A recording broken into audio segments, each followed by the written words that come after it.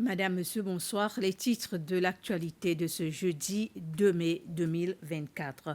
Le président de la République, Wavel Ramkalawan, a déclaré que la première pierre de construction du nouvel hôpital des Seychelles sera posée en novembre de cette année. Monsieur Ramkalawan s'exprimait lors d'une soirée de gala visant à collecter des fonds pour la construction de ce nouveau bâtiment.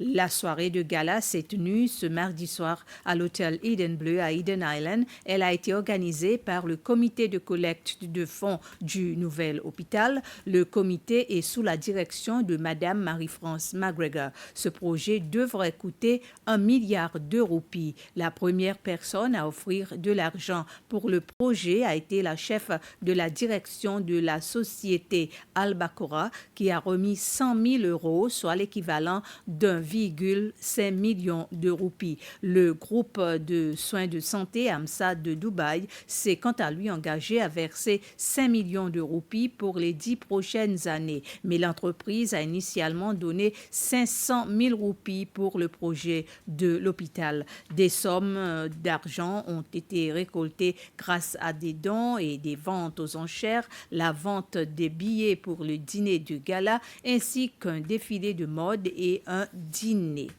9 cadets de la marine ont reçu leur certificat leur permettant d'être en charge des gros navires commerciaux ou bateaux de loisirs, que ce soit au niveau national ou international. La cérémonie de remise des certificats s'est déroulée à l'auditorium des gardes-côtes de Seychelles ce matin. Hamza Charlot est meilleur élève du volet académique du programme de formation. Les cadets ont suivi des formations de 5 ans. La partie théorique de ces formations s'est déroulée à l'Académie maritime des Seychelles, tandis que la partie pratique de ces formations s'est déroulée au SINEC au Sri Lanka et également sur les tankers de la compagnie pétrolière des Seychelles, CPEC. Les sessions de formation de ces cadets séchellois ont été cofinancées par CPEC à hauteur de 3,5 millions de roupies. C'est la première fois qu'un groupe de Seychellois venus de l'Académie maritime des Seychelles suit de telles formations.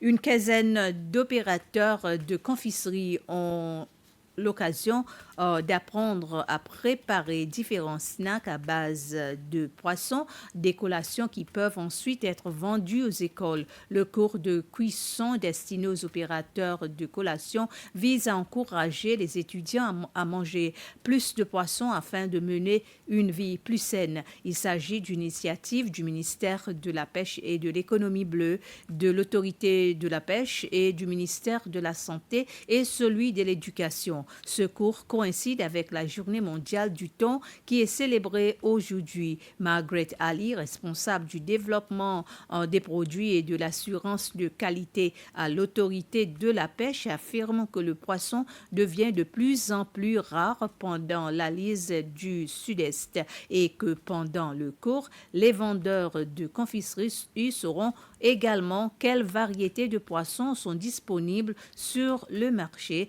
et qu'ils pourraient utiliser.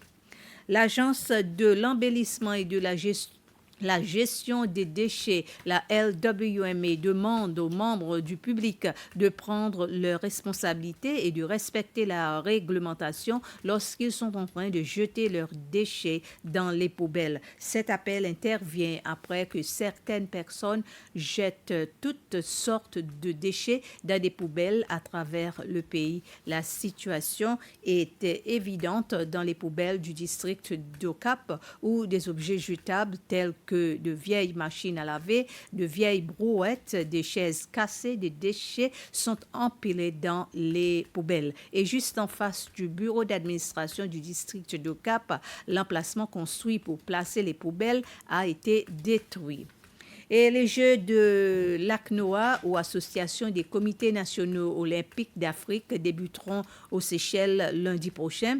Ce sont les pays du zone 7 qui participeront aux Jeux. Il s'agit de Madagascar, Maurice, les Comores, Djibouti et bien sûr les Seychelles. En ce moment, il y a des travaux de réparation qui se fassent sur des facilités sportives en préparation pour cet événement. Le chef de la direction du Conseil national des sports, Marc Harrisol, a déclaré que 4 disciplines sportives seraient incluses dans les Jeux. Il s'agit du basketball, de la compétition 3 contre 3, du tennis de table et de la compétition de natation. Les Jeux de Lac-Noix se termineront le samedi 11 avril. Ainsi s'achève ce résumé d'informations. Merci de votre attention.